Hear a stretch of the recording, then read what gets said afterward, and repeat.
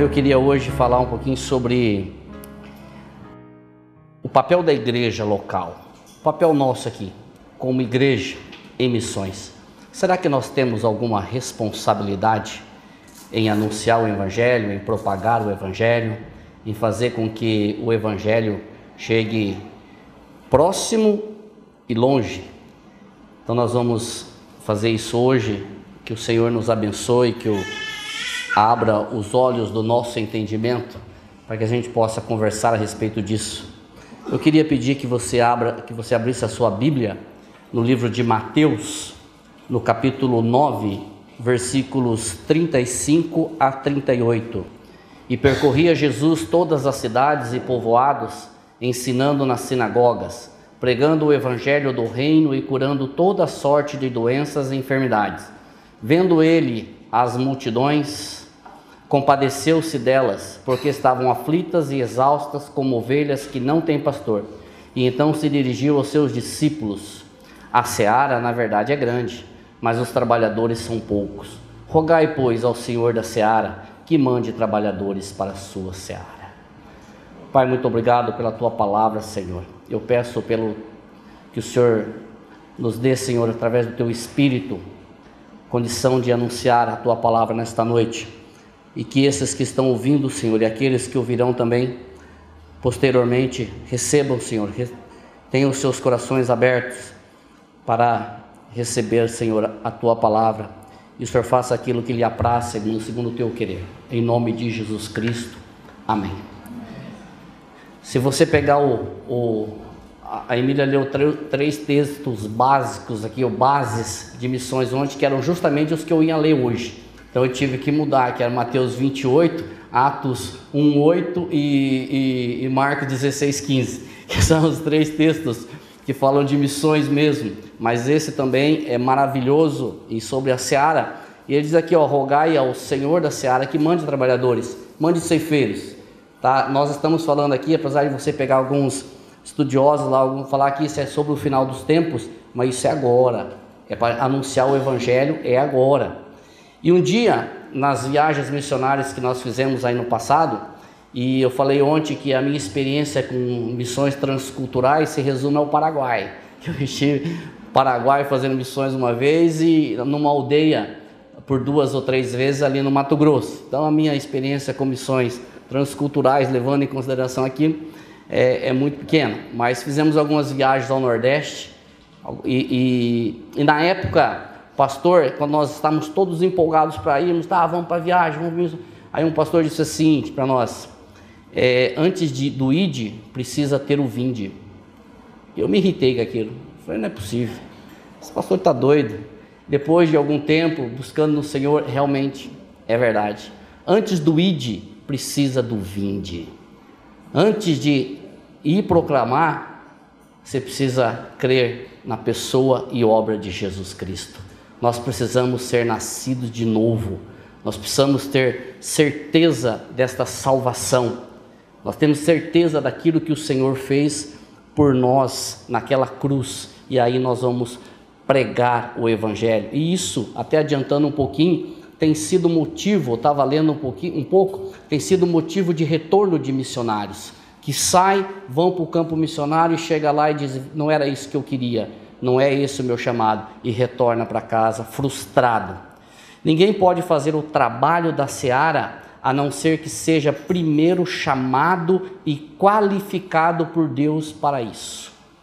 Ninguém vai fazer o trabalho da seara se primeiro ele não for chamado. Nós já ouvi isso uma vez, depois pensando, é interessante, o reino de Deus não existe voluntários, no reino de Deus nós temos chamados, o Senhor chama para fazer aquilo que Ele quer. E é interessante que há pouca disposição a isso, mesmo os chamados, há pouca disposição. A Emília falou aqui ontem que ela relutou, mesmo quando o Senhor tinha chamado, ela relutava, ela não queria, até que não teve jeito. E eu estava pensando o seguinte, percebe que para todas as carreiras, todas as profissões, existe excesso de pessoas. Quando nós olhamos para o concurso, para o vestibular, Sempre a quantidade de vagas é menos do que a quantidade de candidatos. Por isso que existe vestibular, senão não precisava. Todas as carreiras, todas as profissões, sempre existe mais pessoas do que a oportunidade de vagas. Vocês percebem que no reino de Deus não é assim? Que sempre há vagas. Sempre há vagas. Parece que tem uma placa escrita assim, ó, estamos contratando, há vagas. Sempre há vagas, sempre a necessidade de pessoas é maior do que a quantidade de vagas. Ou seja, sempre há vagas para aqueles que querem, para aqueles que se dispõem, para aqueles que são chamados. Cada cristão é um enviado a pregar a palavra. Por consequência, cada cristão é um missionário.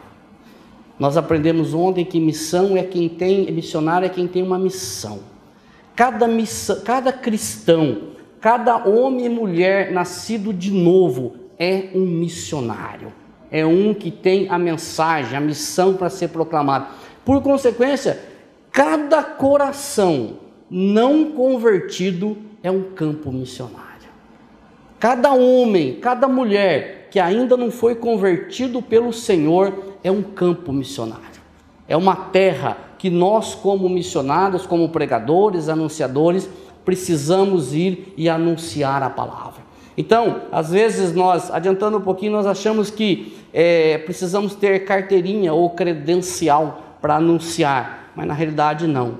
Nós somos missionários. A partir do momento que nós cremos naquilo que Jesus Cristo fez por nós naquela cruz, nós temos, vou usar uma expressão aqui, não me entenda mal, por favor, obrigação de, não como obrigação, mas pela graça mesmo, impulsionado pelo Espírito, de anunciar a todas aquelas pessoas que ainda não ouviram ou que ainda não foram convertidas. Ah, mas eu já preguei. Aí eu vou fazer a mesma pergunta ou o mesmo comentário que eu fiz ontem. Um dia alguém pregou para você. Um dia alguém chegou para você e falou assim, olha, eu tenho um negócio para falar para você. Eu vou te falar de Jesus Cristo. Talvez você deu uma balançada, pipocou no início, mas um dia alguém teve coragem para falar para você. E às vezes nós temos vergonha ou timidez para falar com as pessoas. Então nós, como cristãos, nós somos missionários. E qual é a missão? É anunciar a salvação em Jesus Cristo, anunciar as boas obras, anunciar o Evangelho. Como eu disse, às vezes nós pensamos que para ser um missionário ou um evangelista, nós precisamos ser pessoas especiais, precisamos ter carteirinha, precisamos ter habilidades extremas para anunciar a palavra. E quando nós olhamos para a Bíblia, nós percebemos que não é bem assim. Abra sua Bíblia aí no livro de 1 Coríntios, no capítulo 1, versículos de 26 a 29. Irmãos, reparai, pois, na vossa vocação, visto que não foram chamados muitos sábios segundo a carne, nem muitos poderosos, nem muitos de nobre nascimento. Pelo contrário, Deus escolheu as coisas loucas do mundo para envergonhar os sábios, e escolheu as coisas fracas do mundo para envergonhar os fortes. E Deus escolheu as coisas humildes do mundo e as desprezadas e aquelas que não são, para reduzir a nada as que são, a fim de que ninguém se vanglorie na presença de Deus. Deus escolheu coisas fracas, coisas humildes, coisas que não são, justamente para confundir as que são. Eu me enquadro aqui, nessas coisas que não são, nessas coisas que não serviam para nada. Você se enquadra aqui também? É aqui que a insignificância do homem se enquadra. A capacidade ou a capacitação é o Senhor quem dá. Quando nós vamos pregar o Evangelho pelas nossas próprias forças ou pela capacidade que nós achamos que temos, pode ter certeza que nós vamos nos dar mal ou vamos ser decepcionados. Porque quem capacita nos a anunciar a palavra é o Senhor. E é justamente para derrubar a nossa arrogância, para achar que eu sei, que eu faço, que eu consigo. É o Senhor que nos capacita. É preciso simplesmente ser, como eu disse, ser nascido de novo, crer na pessoa e obra do Senhor Jesus Cristo. Existe uma frase que a gente já ouviu há muito tempo, que Deus não chama os capacitados, mas capacita os chamados, né? Deus, quando chama, Ele capacita. Quando Ele manda uma pessoa para algum lugar, quando Ele chama alguém para ir para algum lugar, Ele capacita. Eu tenho um testemunho de um casal de Biporã, que eu conheço muito, que são missionários num país do Oriente Médio. E o sonho dela era dar aula na UEL. Ela é professora de português também. O sonho dela era dar aula na UEL. E quando ela conseguiu entrar na UEL, o Senhor chamou para missões. Aí ela, conversando com ela, falou: e agora? Eu falei: não sei, eu sei Deus. Ela deixou tudo e foi para missões. Ela está no Oriente Médio, ela e o marido foi para o seminário, obviamente, e hoje ela está no Oriente Médio, o marido anunciando ali a palavra já faz 10 anos. E a gente tem contato, e eu digo para ela: e aí? Ela falou: foi a melhor decisão. Foi a melhor não, foi a decisão acertada. Porque se eu tivesse ficado, eu estaria frustrada, estaria desobedecendo e tudo mais. Só emendando uma dessa de desobediência, uma vez nós fomos visitar um acampamento no Mato Grosso, alguns irmãos que estão aqui foram também, a Emílio, o Kleber, o Tim, e lá o culpado é o pastor Robson, me colocou numa fria, me colocou para falar aos estudantes que estavam lá na sala. E eu falei: o que eu vou falar? Aí eu falei para eles o seguinte, comecei já errado. Comecei a falar: olha, vocês são corajosos de estarem aqui estudando para missões. Mas a resposta veio em 2,5 segundos. Ela falou assim: corajoso é você que está desobedecendo a voz do Senhor, nós somos obedientes. Nossa, perdi totalmente o rebolado, não sabia mais o que fazer. Ele falou: nós somos obedientes, corajoso é você que está desobedecendo o chamado do Senhor. Falei: cara, então é bem assim. E quando nós olhamos para a palavra do Senhor, vocês lembram quando Moisés, quando o Senhor chamou Moisés para voltar para o Egito, para libertar o povo dele? Vocês lembram dessa passagem? Muito bem, está lá em Êxodo 3, 4. Deus chegou para Moisés, apareceu Moisés lá naquela sarça lá que queimava e não consumia, e falou assim: Moisés, eu ouvi o clamor do meu povo, eu vi que os cobradores estão lá, e eu desci para livrá-los, vou tirar eles da terra do Egito, e vou levar eles para uma terra ampla, boa, que manda leite e mel, uma terra boa, e você vai descer, você vai livrar eles, eu vou enviar você para eles. Moisés, ele relutou, pelo menos 3 vezes, ele não se exaltou, ele não disse: Senhor, o Senhor fez a melhor escolha. Eu sou o cara mesmo, entendeu? O Senhor escolheu o cara certo. E eu passei 40 anos lá naquele Egito lá, conheço todo mundo lá, conheço os atalhos para chegar naquele palácio. Faz 40 anos que eu estou aqui nesse deserto, apacentando as ovelhas do meu sogro Jetro. Não tinha ninguém melhor para o Senhor escolher, Senhor. O Senhor fez a escolha certa de me mandar para o Egito. Deixa que eu vou lá, eu vou fazer isso, vou fazer aquilo. Foi isso que Moisés fez? Não, não foi isso que Moisés fez. Moisés rejeitou não, ele relutou, né? Na realidade ele não queria ir mesmo. Moisés disse assim, logo ali em Êxodo, no capítulo 4, ele diz assim, no 4:1, respondeu Moisés: mas eis, Senhor, que eles não crerão no que eu vou dizer, eles não acudirão à minha voz, pois eles dirão: o Senhor não te apareceu. Mesmo diante daquela situação maravilhosa, daquela conversa que Moisés estava tendo ali com Deus, a incredulidade tomou conta do coração dele, o medo tomou conta do coração dele. Ele já havia criado no seu íntimo, no seu coração, uma barreira. Ele já tinha feito ali todo o diálogo que ia acontecer. Ele ia falar com o povo não ia acreditar. Ele ia pregar, o povo não ia acreditar. E o povo ia dizer assim: não, o Senhor não te apareceu, é mentira. Ou seja, ele estava ali com medo. Aí Deus fala assim para ele: Moisés, o que você tem na mão? Eu tenho aqui uma vara, joga no chão. A Bíblia diz que ele jogou a vara no chão, se transformou numa cobra e Moisés fugiu daquela cobra. Só que aí é o seguinte: então isso era motivo suficiente para ele poder ir. Agora eu creio. Não, eu não creio ainda. Porque a Bíblia diz o seguinte, que Moisés retrucou diante de Deus, disse: Senhor, eu nunca fui eloquente, eu sempre fui pesado de língua, pesado de boca, eu sou gago, Senhor, eu não vou conseguir. Aí o Senhor falou assim: Moisés, quem fez a boca do homem? Quem fez a boca do homem? Vai, abre a tua boca e eu serei contigo, eu vou ser com o que você falar, vai. Aí a gente pensa assim: poxa, brigou 2 vezes com Deus, já acabou, né? Aí ele brigou a 3ª vez com Deus ainda, ele rejeitou a terceira vez, e aí entra aqui nós, que aí Moisés diz assim, Senhor, esse Senhor é propício a nós, Senhor, envia aquele que o Senhor há de enviar, menos a mim, envia, Senhor, aquele que o Senhor tiver que enviar, menos a mim. E aqui entra eu e você. Nós damos essa desculpa para Deus sempre. Senhor, envia o Fernando, envia a Emília, envia a Carla, Senhor, envia o Parolim, eles são muito mais capacitados, envia quem o Senhor quiser, mas não envia eu não, Senhor, entendeu? Eu não, eu estou quieto aqui no meu canto, sabe, Senhor? Eu não estou falando aqui de enviar para longe, não, eu estou falando para enviar para o teu vizinho, enviar ali, ali num bairro ali, para a gente pregar, e às vezes nós não vamos, nós damos desculpa para o Senhor, nós damos desculpa de que estamos cansados, quem tem filhos tem problemas com os filhos, precisam cuidar, quem tem sogra precisa cuidar da sogra, sogro, tem muito trabalho para fazer, tem que lavar o carro, tem muita coisa para fazer. Nós, manda qualquer um, Senhor, mas eu não vou.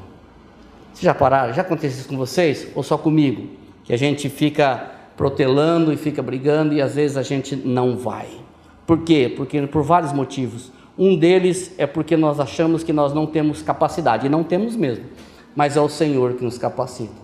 E é sabido já, se vocês olharem pelas Escrituras, que os discípulos, eles não eram homens lá, vamos dizer assim, de conhecimento nobres. Eles não eram pós-graduados, mestrados, doutorados, PhDs. Eles não tinham um conhecimento muito elevado da situação. Mas abra aí a sua Bíblia no livro de Atos, no capítulo 4, versículo 13. Ao verem a intrepidez de Pedro e João, sabendo que eram homens iletrados e incultos, admiraram-se e reconheceram que eles haviam estado com Jesus. Eram homens iletrados, incultos, eram ignorantes, mas eles tinham estado com Jesus. Quando Jesus foi elevado aos céus, esses homens iniciaram a caminhada de atender a ordem de Atos 1:8. Atos 1:8 diz assim, recebereis poder ao descer sobre vós o Espírito Santo, e sereis minhas testemunhas, tanto em Jerusalém, Judeia, Samaria e até os confins da terra. Esta é a ordem. O Senhor disse também lá, depois nós vemos Mateus 28, 19, ide e fazei discípulos, batizando em nome do Pai, do Filho e do Espírito Santo. Marcos 16:15, ide e pregai o Evangelho a toda criatura. Se nós olharmos de Gênesis a Apocalipse, nós vemos mensagem do Senhor, vai, prega. Isso que que o Senhor fez a Moisés, foi justamente isso, a missão. Vai lá e prega para o meu povo, tira o meu povo de lá. Eu serei contigo. Quando Moisés criticou o Senhor, quando eles perguntarem quem te mandou, quem me mandou, o que eu vou falar para eles? Você responde assim, Moisés, eu sou, te mandou, o Deus Todo-Poderoso te mandou.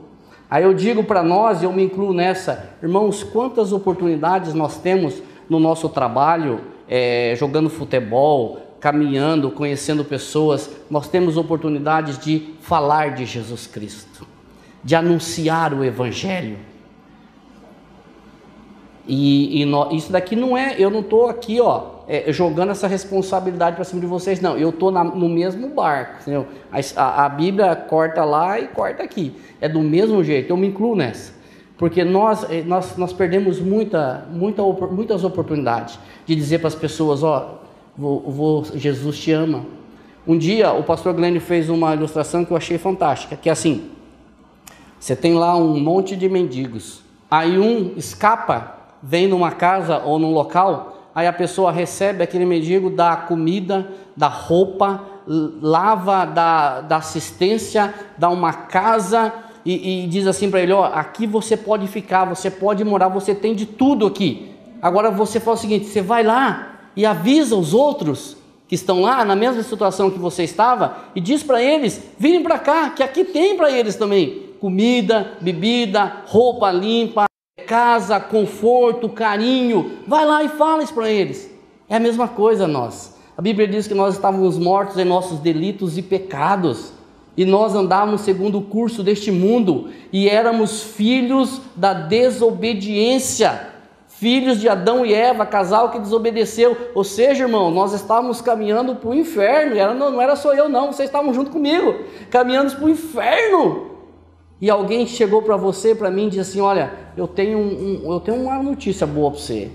Jesus Cristo morreu na cruz e levou o seu pecado naquela cruz e te deu uma nova vida, e agora você, o que é converteu? Converteu o coração, mudou o caminho, caminhava para o inferno, mudou e vai para o céu. Que notícia maravilhosa, é tão boa que a gente não pode guardar para nós mesmos, é tão maravilhosa que não dá para guardar, ainda mais quando Jesus disse assim, ó, do mesmo jeito que o Pai me mandou, eu estou mandando vocês, e essa serve para nós, do mesmo jeito que o Senhor mandou, Ele nos manda, para continuar a caminhada, a pregar o Evangelho. A Emília falou ontem aqui, se eu estiver errado no número, você me corrige, mais de 1 milhão de pessoas que ainda nunca ouviram falar do Evangelho. Eu estava lendo, tem quase 15 tribos aqui no Amazonas que nunca tiveram contato com a sociedade, e 100 tribos que não têm missionários. Fora aqui, no quintal da nossa casa aqui, que ainda não tem. Querido, nós não andamos com o Mestre, como os discípulos, mas o mesmo Espírito nos capacita a fazer as mesmas coisas, a pregar o mesmo Evangelho. Nós somos chamados por Cristo e agora somos enviados por Cristo. É Ele quem nos comissiona, é Cristo, é o Espírito que nos conduz à verdade, é o Espírito que nos revela a Cristo, é o Espírito que testifica, é o Espírito que nos motiva, nos envia, é o Espírito que faz, é o mesmo Espírito, Ele atua nas nossas vidas. Missões, e agora eu quero entrar um pouquinho na responsabilidade da igreja local, da igreja aqui, não igreja como templo, como prédio, mas na igreja, somos nós. Nós temos até, aprendemos essa semana que às vezes nós falamos assim, vou à igreja, vou lá à igreja, quem é o pastor da tua igreja? Quer dizer, a igreja aqui somos nós, quando nós vamos embora, a igreja vai embora, o que fica aqui é o templo. A Bíblia não nos revela missões como uma proposta humana, nem uma invenção da igreja local, nem um método para encher igreja, também não é uma questão de opção, não é uma estratégia perfeitamente elaborada pelos líderes locais. Missão é vontade e propósito de Deus. Missão é vontade e propósito de Deus. É o Deus da graça se doando na cruz para salvar a humanidade perdida. É o Deus Todo-Poderoso se doando naquela cruz para salvar essa humanidade perdida. É o Deus na sua infinita misericórdia utilizando este inútil para alcançar outras pessoas. É o Deus, presta atenção, é o Deus na sua infinita misericórdia usando a igreja para alcançar o homem rebelde, para alcançar outras pessoas. Se você ler na sua Bíblia, você vai ver que este privilégio de anunciar o Evangelho, os anjos queriam. Os anjos queriam, só que isso foi dado ao homem, foi dado a mim, foi dado a você, o privilégio de anunciar o Evangelho, de anunciar a Cristo. Isso nós temos, de abrir a nossa boca.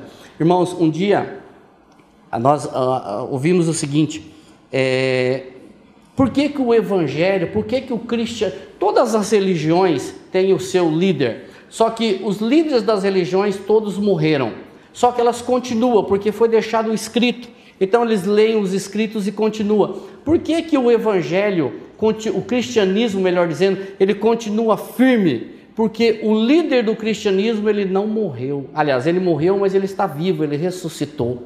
O nosso líder, o cristianismo sem Cristo não existe.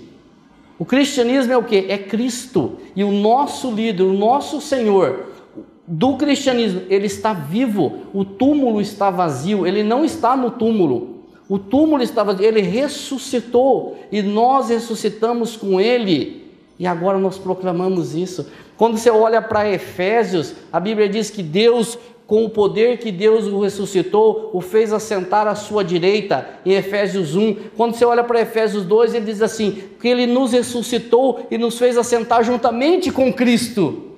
Irmãos, pare e pensar, Cristo está sentado nas regiões celestiais à destra de Deus e nós estamos assentados juntamente com Ele.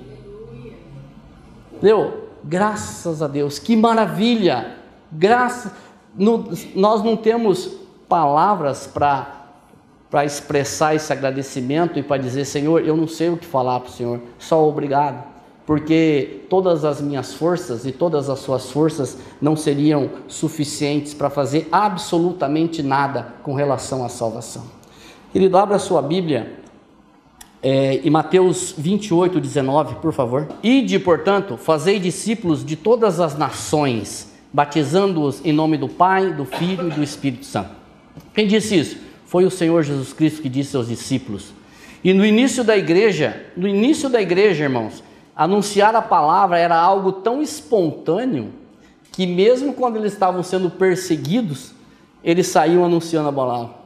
Mesmo aquele povo que, quando começou o início da igreja ali, que houve aquela perseguição, aqueles que foram perseguidos e vazaram ali de Jerusalém, saíram correndo, mesmo quando eles estavam sendo perseguidos, eles anunciavam a palavra. Abra aí um pouquinho mais para frente, no livro de Atos, no capítulo 8, versículo 4. Mas os que andavam dispersos, iam por toda parte anunciando a palavra. Eles foram dispersos, só que eles iam pelos caminhos e iam anunciando a palavra, mesmo sabendo que poderiam morrer por aquilo, estavam anunciando o evangelho. Hoje nós temos uma liberdade tremenda, temos tantos meios de comunicação para anunciar e podemos usar isso como ferramentas para anunciar a palavra.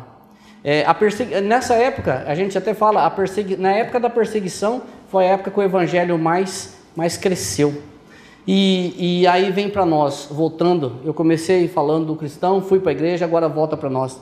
Cabe a nós enchermos os nossos condomínios, o nosso bairro, a nossa cidade, o nosso estado, o nosso país do evangelho, o mundo do evangelho. Da mesma coisa que os discípulos faziam, o pessoal lá, os fariseus, falaram assim para os discípulos, vocês encheram Jerusalém com essa doutrina de vocês. Vocês encheram Jerusalém com essa doutrina. Oxalá que a gente encha o Brasil com o evangelho, encha o mundo com o evangelho, que pregue, seja um povo que anuncie o evangelho, sem timidez, sem situações, sem nada. Como os primeiros cristãos, temos que encarar a salvação das almas perdidas como prioridade. E aí, aqui eu quero parar. Encarar a salvação das almas perdidas como prioridade. Quando nós tivermos isso em nossos corações como prioridade, vai mudar tudo na nossa vida como cristão. Paulo, falando a Timóteo, ele diz assim, Timóteo, prega a palavra, quer seja oportuno ou não. Corrige, repreenda, exorta com toda a longanimidade e doutrina.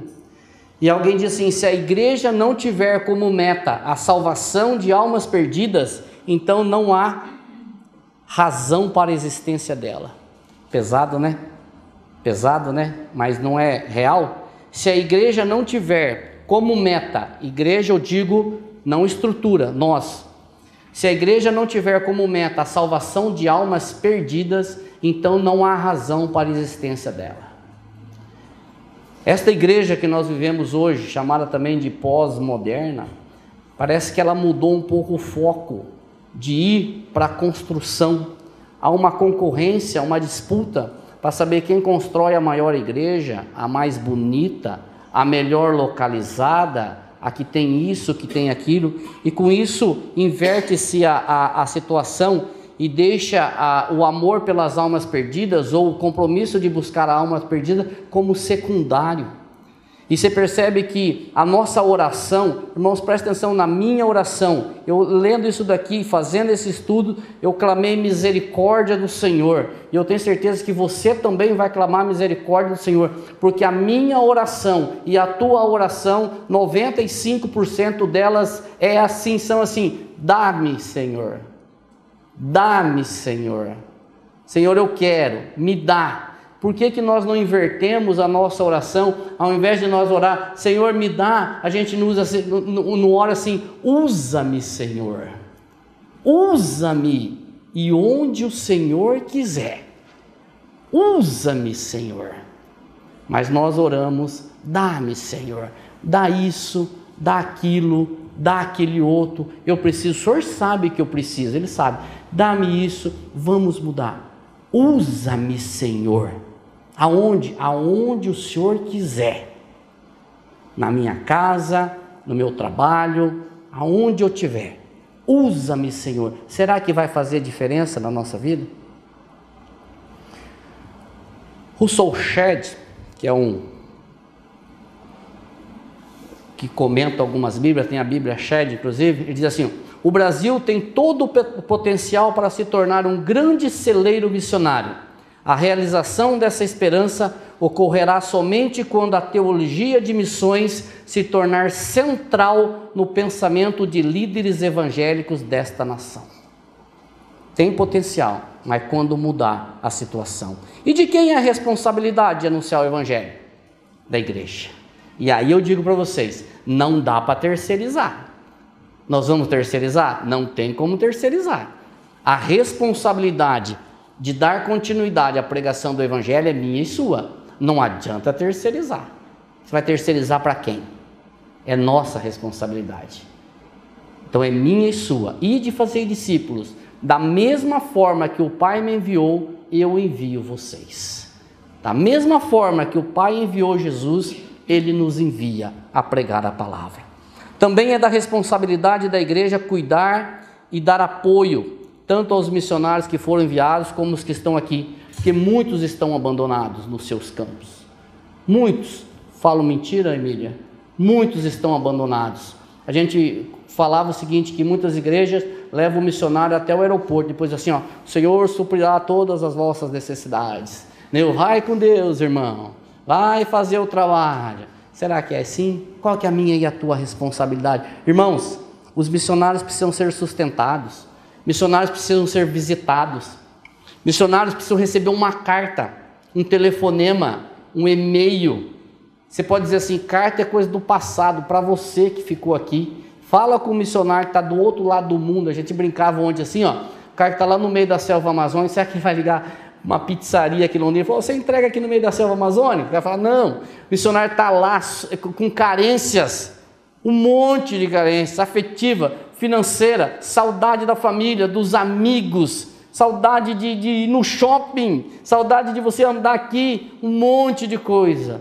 E às vezes nós ficamos aqui e dizemos, mas vou mandar uma carta para o missionário? Claro, eu escrevi para o missionário que estão lá na Amazônia, que alegria, contou, quase que ele escreveu uma epístola de volta, uma coisa maravilhosa, contou tudo. Falei, nossa, olha que maravilha, o cara contou, sabe, a experiência, que a filha ia nascer, que estava acontecendo isso, aquilo, as barreiras que eles estavam enfrentando, contou tudo. Eu disse, olha que maravilha, quem esteve no campo sabe disso, que eles testemunham a felicidade de quando ele recebe uma correspondência, um e-mail, um telefonema, e além de tudo também um sustento, porque precisam de sustento, tem gasto, situações que precisa comer, beber, suprir as suas necessidades, remédio, um monte de outra coisa.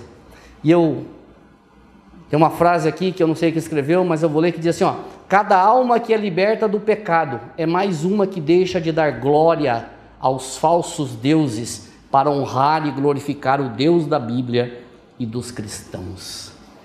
Cada alma que é alcançada, ela deixa de dar glórias aos falsos deuses e começa a dar glória ao Deus verdadeiro. Abra sua Bíblia, irmãos, eu estou quase terminando. 1 Timóteo 2, 3, 4. Isto é bom e aceitável diante de Deus, nosso Senhor, nosso Salvador, o qual deseja que todos os homens sejam salvos e cheguem ao pleno conhecimento da verdade. Pois é, vontade do Senhor, desejo do Senhor é que todos os homens sejam salvos e cheguem ao pleno conhecimento da verdade. Realizar missões é entender que essa é a vontade de Deus e, sem dúvida, obediência à palavra de Deus. E isto precisa estar presente em nossos corações todos os dias.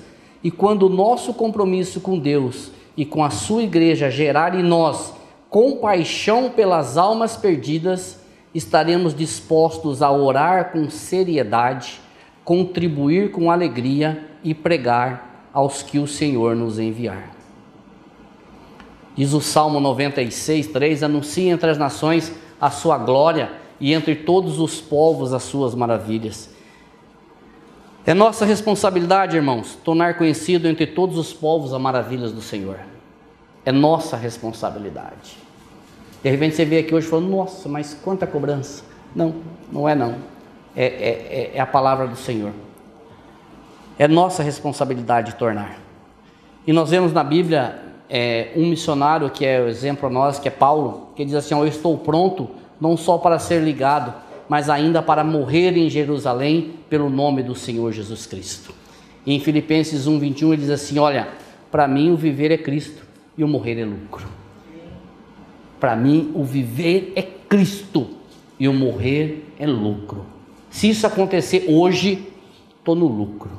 Mas eu vou ficar aqui um pouco mais e vou continuar pregando a palavra para vocês.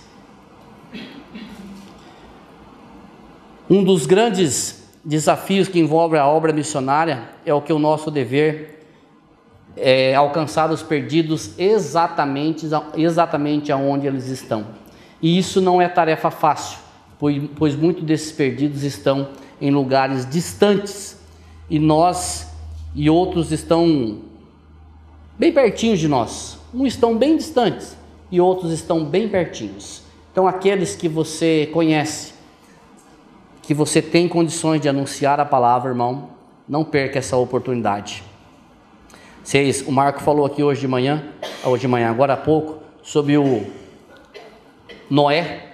Se você for lá na Bíblia, você vai ver que na época de Noé, as pessoas casavam, se davam em casamento, se divertiam, comiam, bebiam, não ia para o shopping porque não tinha, mas fazia todas as coisas normais. E aí veio o dilúvio. E a Bíblia diz assim: do tempo de Noé e no tempo de Sodoma e Gomorra, onde havia todo esse tipo de situação, as pessoas não estavam preocupadas, e veio o dilúvio, e morreram quase todos, somente 8 pessoas se salvaram. O Senhor Jesus vai voltar, pode ter certeza disso. Quando, eu não sei, mas que Ele vai voltar, porque Ele disse que vai voltar. E quando Ele voltar, Ele vai reunir a igreja dele, vai levar a igreja dele. E aí? Eu quero concluir com as 4 perguntas de Romanos capítulo 10, versículos 14 e 15, que eu aprendi ontem também, que é o inverso. Romanos capítulo 10, versículos 10 e 15, essas 4 perguntas que diz assim: como invocarão aquele em que não creram? E como crerão naquele em que nada ouviram? Como ouvirão se não há quem pregue? Como pregarão se não forem enviados? Isso é para nós. E aí você pode dizer: mas e aí? Aí eu tenho só uma aplicação para nós. Sensibilizados pelo pecado da humanidade, constrangidos pelo Espírito de Deus e motivados pela salvação eterna que há em Cristo Jesus, preguemos o Evangelho em todas as nações, a todas as nações. Amém?